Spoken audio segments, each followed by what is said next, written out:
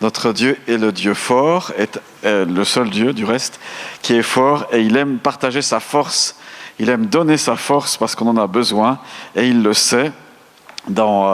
Lorsque nous serons dans les cieux, dans sa présence, on va dire, concrète ou directement dans sa présence, il y a un chant qui sera dans nos bouches lorsque nous serons devant le Seigneur Jésus, c'est que nous rendrons gloire à Jésus.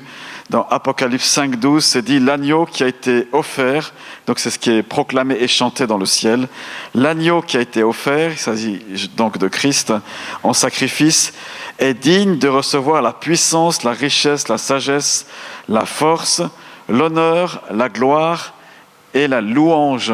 En fait, c'est comme si on va être devant lui, enfin, c'est pas comme si on sera devant lui, toutes les nations qui ont été, tous les peuples, tous les individus qui ont été sauvés par son sacrifice, et on va comme le couronner, on va lui rendre gloire, et on va lui donner la force que lui-même nous aura donnée. On va la proclamer sur lui, on va l'intensifier ou la magnifier en chantant devant Jésus. Et notre Seigneur Jésus-Christ a reçu les pleins pouvoirs. Il est celui qui a toute autorité dans le ciel et sur la terre. Et on pourrait se dire, comme on l'entend beaucoup ces temps, je ne sais pas si vous avez remarqué, si Dieu existe, il a qu'à, et pourquoi il permet les viols, pourquoi il permet ceci, cela. Évidemment, c'est des gens dont l'intelligence n'est pas encore éclairée, mais en tout cas, c'est le Dieu qui, lorsqu'on l'invoque et qu'on croit en lui, il nous donne une force très concrète et une réelle force. Et pour prendre un exemple qui est extrême, Samson savait très bien que la force qu'il avait dans le livre des Juges, elle ne venait pas de lui, mais elle venait de l'onction du Saint-Esprit. Il n'en était pas moins faible, humainement parlant, mais il avait une force particulière qui pouvait faire des choses extraordinaires dans le miraculeux qui se produisait, qui agissait à travers son corps. Et ça montre bien que, en fait, notre Seigneur Jésus, il est capable, si on le lui demande, de nous donner une force particulière dans notre esprit, dans notre âme et dans notre corps, et cette force peut pénétrer notre corps, notre vie, et passer à travers nous. Une force miraculeuse. Du reste, Jésus, quand il guérit certaines personnes, c'est marqué dans les Écritures, dans l'Évangile, il s'exclame lorsque la femme avait besoin d'un miracle. Il y a une femme qui vient vers lui, un peu en cachette, comme ça, elle vient derrière lui. Et lui sait très bien quand cette femme elle a la foi et qu'elle touche son vêtement, il dit « Une force est sortie de moi ». Il est le Dieu plein de force. Jésus est le Fils de Dieu, il est Dieu. Si tu crois que Jésus n'est pas Dieu, tu as un problème théologique, mais Jésus est Dieu, il est plein de force, et il y a des forces qui sont en lui, qu'on peut recevoir par la foi, et c'est ce que je te propose ce soir. Là où tu as besoin d'être fortifié, reçois la force qui vient de Jésus lui-même. Cette force, un jour, tu pourras dire au Seigneur, tu m'as fortifié, je te redonne cette force, je te couronne de la force que tu m'as donnée quand j'étais sur la terre ici-bas. Amen. Il y a des forces ce soir pour chacune et pour chacun. Parfois, on prie et on dit « Seigneur, fortifie-moi dans cette situation, j'en ai besoin ». Et puis, on ne change rien dans notre manière de faire. On fait comme si la force de Dieu, elle ne nous touchait pas. Puis, on va de l'avant, on va avec la force qu'on a. Il y a ce verset biblique qui dit « Va avec la force que tu as », etc. Et en fait, on ne change rien dans notre manière de faire. Peut-être on a tout juste prié, puis après, on se dit « Ah, Dieu, il ne m'a pas vraiment fortifié dans cette situation-là. J'aurais besoin de plus de force, t'étais où ?»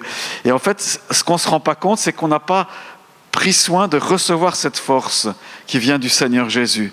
Et j'aimerais vraiment vous parler de ça ce soir parce que Jésus a des forces pour toi dans une situation peut-être particulière que tu dois traverser, mais il y a des forces que tu peux puiser en lui.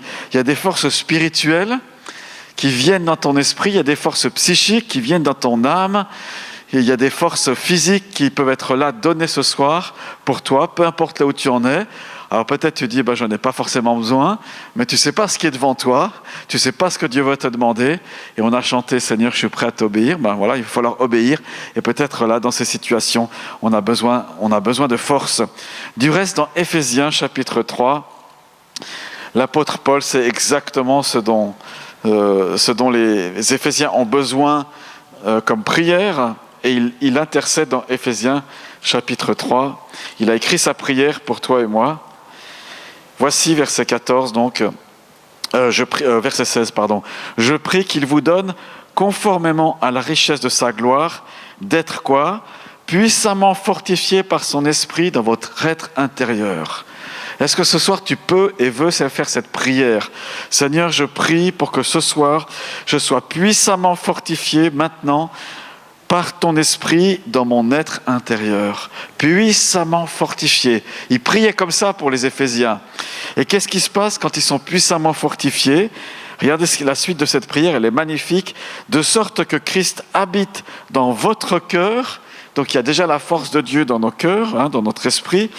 Et qu'on soit fondé, que Christ habite dans notre cœur par la foi. Il prie qu'on soit fondé, qu'on soit enraciné et fondé dans l'amour. Lorsque la force du Saint-Esprit, elle vient en toi, eh bien tu peux savoir que c'est une force qui vient de Dieu. C'est l'amour de Dieu qui est là, qui te fortifie, qui te donne d'être fort, alors que normalement tu devrais être à plat, les batteries spirituelles à plat. Eh bien Dieu vient et il te donne une force toute spéciale. Il te donne cette grâce qui est là. C'est pas automatique, mais c'est une grâce qu'il nous fait. Et je suis convaincu que ce soir que Dieu veut nous donner une force spéciale. Peut-être c'est une force qui va te donner le courage de pardonner et qu'à ce jour, tu n'as pas réussi vraiment à pardonner ou que tu reviens toujours sur les mêmes choses et que tu es dans ton amertume, tu te nourris de ça. Puis là, ce soir, il y a une force qui vient de Jésus lui-même qui va te donner la force de pardonner, de renoncer peut-être à certaines choses parce que c'est le moment de lâcher une chose, de dire maintenant ça, je veux m'en débarrasser dans ma vie. Seigneur, je n'en ai pas la force, mais donne-moi la grâce. Et le Saint-Esprit peut venir ce soir te fortifier, te donner la force dont tu as besoin. J'étais les quelques jours passés là, avec ma maman, et puis elle m'a rappelé une chose qu'elle avait vécue il y a quelques années en arrière. Elle a prié le Seigneur pour que Dieu l'aide à renoncer à la télé. Elle était accro à la télé, comme ça, aux émissions, etc. Elle était accro, puis elle avait vraiment demandé au Seigneur qu'elle puisse avoir de la sagesse pour gérer la télévision.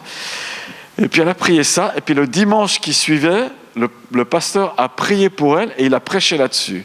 Il ne savait pas, le pasteur. Il a prêché là-dessus. Alors elle s'est avancée pour recevoir la prière, et vraiment il y a une force qui lui a été donnée pour renoncer à être accro à ça.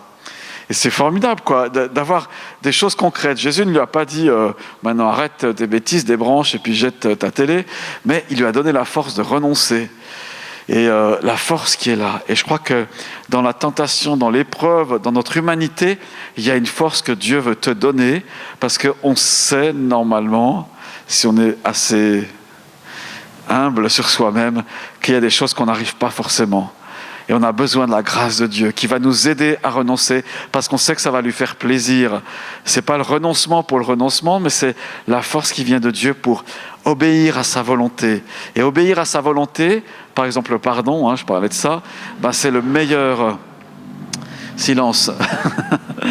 Pourquoi Dieu nous demande de pardonner, pour prendre cet exemple-là, alors qu'on est en souffrance, alors que quelqu'un nous a fait du tort, alors qu'on est peut-être en train d'être blessé, et ça nous imprègne, cette blessure, on nous a fait du tort, on nous a humiliés peut-être. Pourquoi Dieu nous dit, mais pardonne dans cette situation-là? Il nous demande de pardonner par obéissance, parce qu'il sait que par voie de conséquence, ça va nous guérir. Et que le pardon, c'est la porte qui ouvre à la guérison. Et le pardon, c'est une obéissance, c'est une soumission aussi. On ne pardonne pas parce qu'on sent qu'on peut pardonner, mais on ne pardonne pas obéissance. Ma femme m'a fait du mal, mon conjoint m'a fait du tort, mes parents, etc. J'ai subi ça. Eh bien, si tu libères le pardon dans ta vie par rapport à ça, parce que Jésus l'a acquis à la croix pour toi, alors c'est la voie, le chemin qui s'ouvre pour toi pour une guérison profonde et intérieure. Voilà. Et on a besoin, dans ce cas-là, on a besoin d'une force pour dire « Ok Seigneur, je pardonne, je relâche ce pardon sur cette personne, etc. » Ce qui n'empêche pas que peut-être cette personne, elle t'a fait du tort, elle t'a blessé, et c'est elle qui est en tort. Mais ta part à toi, c'est de pouvoir dire « Ok, je pardonne à cette personne qui m'a trahi, qui m'a fait un défaut de confiance. » etc. Pour prendre cette pensée. Donc ce soir, soyez puissamment fortifiés, sois puissamment fortifié par le Seigneur, par le Saint-Esprit, dans ton être intérieur. On a déjà parlé plein de fois ici de l'être intérieur. On a un esprit, on a une âme et on vit dans un corps. Et notre esprit, c'est la partie intérieure qui communique avec le Seigneur Jésus-Christ. C'est là que c'est le lieu très saint, si vous voulez, dans la Nouvelle Alliance. C'est là où le Saint-Esprit s'établit. Et là, il veut te parler. Là, il dépose des choses dans ton cœur qui viennent du Seigneur Jésus-Christ lui-même. Alors, recevez cette force, recevez cette grâce. Et puis, j'aimerais qu'on prenne 3 exemples dans les Écritures de personnes qui ont eu besoin de force et qui étaient presque à l'extrême des fois. Et on a l'impression que parfois le Seigneur nous met dans des situations où c'est un peu l'extrême afin qu'on puisse dépendre de lui, parce que notre Seigneur, il aime qu'on dépende complètement et de mieux en mieux de lui. Dans 1 Samuel chapitre 30, verset 6, 1 Samuel 30, verset 6, même si David a déjà reçu l'onction des mains de Samuel, même s'il sait qu'il est appelé à régner, les choses sont compliquées pour qu'il accède à la royauté. Et il y a un épisode particulier où il y a des troupes qui sont venues à lui, il y a un peu des gens un peu de tous bords qui sont venus à lui, je passe. Et puis David fait... Alors on ne sait pas très bien exactement, mais on comprend qu'il s'est mis dans une situation avec ses mercenaires où c'est un cul-de-sac, quoi. Ça ne va pas mener grand-chose. Et ils sont comme emprisonnés, ou disons piégés, dans 1 Samuel 30. Et pendant qu'ils étaient à droite, à gauche avec ces mercenaires-là, eh bien, ils ont laissé leurs femmes et leurs enfants à un certain endroit, dans une ville, et leurs ennemis sont venus dans cette ville, et ils sont venus s'emparer de tous les biens de cette ville. Ils ont kidnappé tous ces gens-là, ils ont fait des rapts de tous les enfants, les 2 femmes de David, et les enfants, etc., de tous les soldats, de tous les mercenaires, donc dans leur dos, quelque part, et ils se trouvent dans une situation à l'extrême, et leurs ennemis mettent le feu à la ville. Donc ils perdent tout, et ils n'ont plus rien, ils n'ont plus que leur propre vie. Et David, qui est là à l'extrême, regardez dans cette situation au verset 6 ce qu'il est dit, comment il a reçu une force particulière. David fut dans une grande angoisse, car la troupe, donc c'est les siens, parlait de le lapider. Alors non seulement ils ont fait fausse route, non seulement la stratégie n'était pas la bonne, non seulement ces gens qui sont là sont dans l'amertume, ils ont tout perdu, mais ils parlent de le lapider. N'est-ce pas? Vous êtes le centre, là, imaginez-vous à sa place, vous êtes le centre de tous les problèmes. C'est vous, et on estime que si on vous lapide, on va régler tous les problèmes. Évidemment, c'est tout faux. Tous éprouvaient en effet de l'amertume, chacun à cause de ses fils et de ses filles. Et puis voilà le verset clé, ce que David, la leçon qu'il a apprise et qu'il nous laisse ce soir. Mais David reprit courage en s'appuyant sur l'Éternel, son Dieu. Il a repris courage. Une autre version dit, David s'est fortifié en l'Éternel, son Dieu. Il y a des forces qui sont en Dieu, et David qui est à l'extrême, il est là jugé, condamné par ces mercenaires, qui est là, il a perdu ses femmes, il a perdu ses biens, il a tout perdu ou presque, et puis il se réfugie en l'Éternel. Est-ce que tu as vécu déjà une situation où tu étais à l'extrême, n'est-ce pas? Et finalement, il y a eu des forces qui sont venues de la part du Seigneur, parce que tu as trouvé en sa présence, comme David, quelque chose dont tu avais besoin. Il a repris courage, il a repris des forces, ils sont allés reprendre à leurs adversaires l'armée, et personne n'a été tué donc parmi les leurs, et il a retrouvé ses femmes et ses enfants, David, etc. Lisez le texte qui est très intéressant ici. David dans une grande angoisse, la troupe qui s'est opposée à lui, et il a trouvé des forces en Dieu. Qu'est-ce qui serait passé s'il n'était pas venu dans la présence de Dieu? N'est-ce pas? Il l'aurait lapidé ou il l'aurait mis de côté, ils auraient pris un autre chef, puis le destin de la nation d'Israël ne serait pas ce qu'il a été. Mais David a trouvé des forces. Il a repris courage en s'appuyant sur l'Éternel. Comment on peut faire pour reprendre courage en s'appuyant sur l'Éternel? Ça se résume avec une expression simplement que moi j'aime bien, c'est venir dans la présence de Dieu. Venir dans sa présence. Et dans cette présence, alors qu'on est là, demander cette force. Demandez cette force. Et quand elle vient à l'intérieur, elle va chasser l'amertume, elle va chasser le découragement, elle va chasser la tristesse. Elle va peut-être, ou peut-être qu'elle doit chasser une force qui n'est pas la bonne. Une force qui vient de soi-même. Oui, j'ai toujours réussi à m'en sortir, je vais à nouveau m'en sortir par moi-même. Ça, c'est loin de glorifier Dieu. On pense que ça peut glorifier Dieu, mais ce n'est pas ça qui glorifie Dieu. Il y a un verset qui est dans les psaumes qui nous dit « Ceux-là se confient dans leurs chars, d'autres dans leurs chevaux, mais nous nous confions en l'Éternel notre Dieu. Et il nous délivrera. » Amen. Se confier en Dieu, c'est ne jamais être déçu. Se confier en l'Éternel. Vous savez, parfois notre intelligence, elle tourne là, sans arrêt, comme le hamster le rat dans sa roue. Et puis, on ne voit pas les choses, on planifie, on ne se rend pas compte, puis on se dit « Ah là, ça ne va pas le faire. Si c'est un défi financier, si c'est la santé, etc. » Puis ça tourne. Il faut savoir arrêter ça, venir dans la présence de Dieu. Et je suis en train de découvrir quelque chose de nouveau pour moi, dans ma relation avec le Seigneur. Je vous le confie comme un petit secret. Vous gardez ça pour vous. Quand le Seigneur me parle, souvent c'est par la parole de Dieu, évidemment. Comme vous, je pense. J'ouvre ma Bible, étonnamment, le passage du jour est frappant, m'interpelle. Il est surligné pour moi. Elle est stabilisée par Dieu. Certains parlent d'une parole réma. Et puis ces derniers temps, je suis en train de faire autre chose. Je me laisse aller vraiment dans la présence de Dieu et puis j'écris à la main.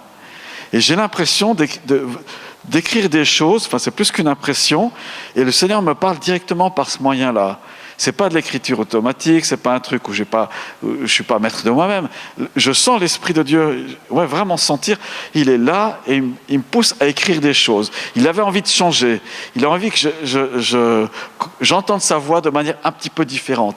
Et souvent, lorsque j'écris des choses là, il y a des choses qui me touchent, qui me parlent. J'y reviens le lendemain ou les jours d'après. Et puis je me dis, ah ouais, ça c'est vraiment ça, c'est vraiment ça. Et je suis vraiment encouragé par ce moyen. Je vous encourage à le faire, si vous ne le faites pas encore. Ça peut être ça peut être écrire sur l'ordi ou autre. Alors peut-être Dieu va vous parler autrement, mais ça me parle beaucoup et je suis tout amoureux de Dieu en ce moment, de ce moyen-là en tout cas qu'il m'accorde. Et peut-être que David, qui a écrit une bonne moitié des psaumes, peut-être c'est ça qui lui arrivait. Il écrivait des choses, il écrivait des situations, et l'Esprit de Dieu l'inspirait, et puis voilà, un psaume qui était écrit, qui était après repris, chanté par ses pairs, ses semblables, et les générations d'après. Alors qu'est-ce que tu écris en ce moment? Quel est le chant que l'Éternel met sur ton cœur? Eh bien, dans ces paroles qu'il te dit, il y a des forces pour toi. Il y a une dimension à découvrir et tu vas y revenir, comme ça tu y reviens. Et vraiment, à chaque fois quand il y a un mot de Dieu, il y a un mot qui est créateur. Tu n'oublies pas ça, hein? Quand Dieu te parle, ce n'est pas seulement des mots, mais il y a une puissance de création qui est là. Si Dieu te dit « je vais te guérir », je te guéris, il l'a déjà dit, mais on a besoin de l'entendre parfois à nouveau, mais il y a une puissance de guérison qui est là. Prends ces mots, saisis-les, garde-les, c'est les trésors, c'est la parole que Marie recevait dans son cœur et qu'elle repassait dans son cœur, la mère de Jésus. Amen. Est-ce qu'il y en a qui ont déjà fait cette expérience-là, de Dieu qui leur parle par ce moyen-là? Reprenez, vivez cela, réjouissons-nous de ce que l'Esprit de Dieu a répandu pour chacun de nous. Donc David s'est fortifié en l'Éternel son Dieu. Un autre qui avait besoin de force, et celui-là c'est un prophète, le prophète Ésaïe. Lui, il a tellement besoin de force parce qu'il voit tout autour de lui s'écrouler. Tout Jérusalem s'écroule, et c'est pas peu dire. Tous ceux qu'il connaissait tombent en défaillance. Les jeunes, beaux, musclés, la plaque de chocolat, la plaque des abdos, là, etc. Le texte dit, ils tombent en défaillance. Eux qui devaient nous garder, nous fortifier, nous mettre en sécurité, les plus beaux soldats, les soldats d'élite, tombent en défaillance. Et regardez Ésaïe, chapitre 40, verset 29. Et ça, c'est une parole extraordinaire, et on a l'impression qu'Ésaïe l'entend, pas seulement pour la nation, mais aussi pour lui-même. C'est mon sentiment. Ésaïe 40, 29. Dieu, il donne de la force à celui qui est fatigué. Il donne de la force à celui qui est fatigué. Et il multiplie les ressources de celui qui est à bout. Peut-être aujourd'hui tu es à bout de quelque chose. Il y a des ressources en Jésus, en Dieu, notre Père. Il donne de la force à celui qui est fatigué. Peut-être que demain tu seras fatigué, peut-être que tu auras besoin d'une force morale, psychique particulière qui sera là.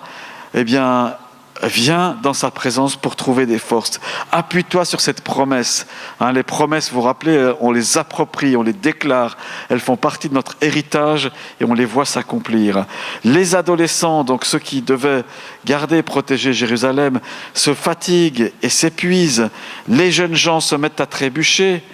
Mais ceux qui comptent sur l'Éternel, toi ce soir, ceux qui comptent sur l'Éternel renouvellent leur force.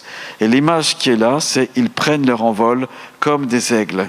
Ils courent sans s'épuiser, ils marchent sans se fatiguer. Ils prennent leur envol comme les aigles. Les aigles, lorsque c'est le moment de sortir du nid de la première fois, comme tous les oiseaux du reste, mais les aigles, parce que c'est plus impressionnant, ils sont nichés là, très haut, ils sont très haut dans la montagne, le rapace, et c'est le moment de prendre son envol pour la première fois. Ils ont agité déjà leurs ailes, mais ils n'ont jamais volé. Qu'est-ce qu'il faut faire? Il faut un coup de pouce qui est là. Il faut qu'ils se lancent. Et peut-être Dieu a des choses défiantes pour toi dans ces prochains jours. Prends des forces en Dieu. Prends des forces que Dieu va te donner comme Ésaïe. Et puis, à un moment donné, il faut sauter dans le vide. Il faut y aller. Il faut faire la chose pour la première fois. Il faut étendre les ailes. Et c'est la force de Dieu qui va te permettre de voler, de planer, de revenir au bon endroit par la suite. Moi, j'ai un peu ce sentiment qui est là avec ce texte d'Ésaïe, c'est qu'il y a des choses nouvelles que Dieu veut faire dans ta vie, des choses qui naturellement tu ne les ferais pas, parce que tu n'as pas ni le courage ni l'envie de sortir de ton habitude. Eh bien, prends des forces comme Ésaïe, prends des forces là qui vont être données ce soir, dans ces prochains jours. Seigneur, on veut mettre en pratique cette parole. Je fais le pas et tu me donnes la force au fur et à mesure. D'accord? On fait le pas, on ouvre nos ailes, on déploie cela. Alors, dans la présence divine, David a trouvé des forces. Et ça, c'est la clé numéro 1. Et Ésaïe, le prophète, la clé numéro 2. Comment est-ce qu'il trouve des forces? C'est par la foi. Il entend cette parole. Ceux qui se confient en l'Éternel renouvellent leur force. Et on a besoin de force à tout âge, et spécialement aujourd'hui, on a besoin de force face à ce qui est devant toi et devant nous. Et saisis ces choses donc par la foi. Tu te les appropries, des forces là, psychiques, émotionnelles, des forces pour ce qui est devant toi. Nous en avons et tu en as besoin. On ne sait pas les choses nouvelles qui sont devant nous. Peut-être tu sais, tu es au courant, qui sont là, défiantes pour toi. Alors comme Ésaïe, saisis, il était dans des temps troublés, saisis une force particulière. Et puis troisième personnage, on ne pouvait pas manquer, bien sûr, c'est Jésus. Il a eu besoin de force. Il a eu besoin de ses forces lorsqu'il était quelques heures avant la croix. Imaginez, vous êtes encore libre. Donc quand il va au jardin de Gethsémanée, dans le jardin des Oliviers, mais il sait ce qu'il attend. Et il cherche des forces. Il ne les trouve pas dans ses disciples, ils s'endorment. Il aurait voulu qu'ils veillent avec lui, mais il ne les a pas trouvés vigilants. Alors il va se jeter par terre, il déverse son cœur devant Dieu. Si seulement je pouvais échapper à cette croix. Et puis après, il abdique. À un moment donné, il renonce à faire un autre plan que celui du Père. Il parle de la coupe. Il dit, Seigneur, est-ce que cette coupe ne peut pas s'éloigner de moi? Autrement dit, est-ce qu'il n'y a pas un autre moyen de salut pour l'humanité? Et puis, voilà, il saisit des forces en Dieu. Certainement que les anges sont là aussi dans ce moment pour crier, pour donner des forces à Jésus. Alors Jésus, dans le jardin de Gethsémanée, reçoit une force particulière pour aller à la croix. La vie facile, en tant que chrétien, n'existe pas. La vie difficile est la vie normale du chrétien, parce qu'on est sans cesse au défi. Il y a un combat spirituel, on a besoin de force. Il y a un défi que Dieu met devant nous, on a besoin de force, de compter sur cette grâce. Si Jésus n'a pas fait l'économie de la force de son Père, n'en faisons pas non plus. D'accord? Prenons des forces. On a pris la Sainte Seine tout à l'heure, il y avait des forces spirituelles, et peut-être plus pour toi ce soir dans ce repas. Jésus, dans sa situation, a crié au Père. Il en a transpiré, il en a sué pour ton salut. Et il est mort sur cette croix. Il a reçu des forces pour dire, juste avant de mourir, tout est accompli. Et grâce à la force du Père, il a pu aller jusqu'au bout. Ce n'était pas indolore pour lui. Il n'était pas sous anesthésie. Il y a des rumeurs qui courent comme quoi ce n'était pas vraiment lui, etc. Oubliez ça, c'était vraiment Jésus qui est mort de souffrance, de douleur. Il a été crucifié, torturé au préalable, afin que vous et moi, on puisse recevoir la vie éternelle. Alors s'il y a la vie éternelle en lui, il y a des forces pour toi, pour toute ta vie. Apprends à puiser, et ça va devenir une habitude de puiser des forces dans la présence de Dieu. Et c'est pour ça que l'apôtre Paul écrit encore une fois aux Éphésiens, Éphésiens 6, « Fortifiez-vous dans le Seigneur, et par sa force souveraine. » Les autres ont une force qu'ils ne pourront jamais avoir. Enfin, les autres, j'entends, il y a une force qui n'est que faiblesse pour ceux qui ne s'appuient pas sur Dieu. Il y a une force qui est là par le Saint-Esprit, et ce soir, elle peut être donnée, et tu peux te fortifier. Pourquoi on a besoin de force ? Par exemple, que Dieu t'a demandé d'être célibataire en ce moment. Et on a besoin d'une force particulière pour l'être, le temps que ça dure devant Dieu. Peut-être tu as besoin d'une force aussi dans ton mariage, parce que c'est plus difficile, c'est plus défiant. Peut-être tu as besoin d'une force pour patienter, pour tenir bon. Tu sais qu'il y a des choses qui vont venir. On a besoin de force. La patience, c'est une force dont on a besoin aussi. On a besoin de force, peut-être dans notre famille, dans le voisinage. On a besoin de force dans la prière, parce que Dieu nous demande peut-être un effort particulier de prière. On a besoin d'être fortifié. Toi, tu connais tes besoins, le Seigneur aussi. Alors reçois la force ce soir dont le Seigneur veut t'accorder. On a besoin de force parfois pour lutter contre l'anxiété, les angoisses, les peurs diverses qui sont là. On a besoin de prendre courage. Et Josué avait besoin de prendre courage aussi, Josué 1,8. Ne t'ai-je pas donné cet ordre ? Fortifie-toi et prends courage. Il a su cet ordre, il a entendu. Fortifie-toi et prends courage. On a besoin, comme l'apôtre Paul, dans notre quotidien, de prendre et de recevoir des forces. Il écrit cela en prison, dans Philippiens 4, verset 13. « Je puis tout par Christ qui me fortifie. » La force de Dieu, la force de Christ, elle est là. Lui qui est allé jusqu'au bout de sa vie, de son épreuve, de la croix, il peut te donner des forces là où tu en as besoin. Peut-être que tu sens que tu dois faire une démarche. Encore une fois, le pardon, ça résonne dans mon cœur ce soir. Peut-être il y a quelque chose qu'il faut faire. Peut-être c'est contre toi ou sur toi que tu dois pardonner. Qu'il y a des choses que tu t'en veux tellement. Parce que tu as fait fausse route, tu t'es trompé, tu étais à côté de ce que Dieu voulait, puis tu le sais très bien, et tu es dans la culpabilité. Mais on a besoin d'une force là aussi, pour se pardonner à soi-même. Comme il est écrit, tu aimeras ton prochain comme toi-même. Si tu t'aimes pas toi-même, tu ne peux pas aimer ton prochain. C'est logique, c'est l'équation du royaume de Dieu. Et les choses sont liées. Alors je vous propose, je vais prier, et puis après on va faire quelque chose, un exercice pratique. Seigneur, on te remercie parce que tu es force, tu es le Dieu qui nous fortifie et qui aime à le faire. Pardonne-nous, Seigneur, toutes les fois on a fait sans ta force, on est allé par nos propres forces, Seigneur, on est allé, sans forcément entre guillemets te consulter, comme on l'aurait fait pour notre médecin, mais tu es le Dieu qui nous fortifie.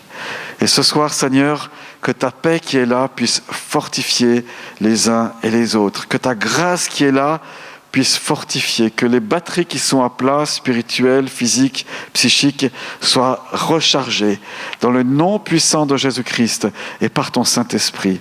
Merci Seigneur. Amen. Voilà, pour recevoir des forces de Dieu par la prière, dans la présence de Dieu, il y a une chose aussi qui est à faire maintenant, et on va terminer par ça. Je vous invite à répéter après moi cette déclaration. Seigneur Jésus-Christ, tu possèdes toute force. Je te remercie que tu me fortifies ce soir. Dans mon esprit, je reçois des forces dans mon esprit.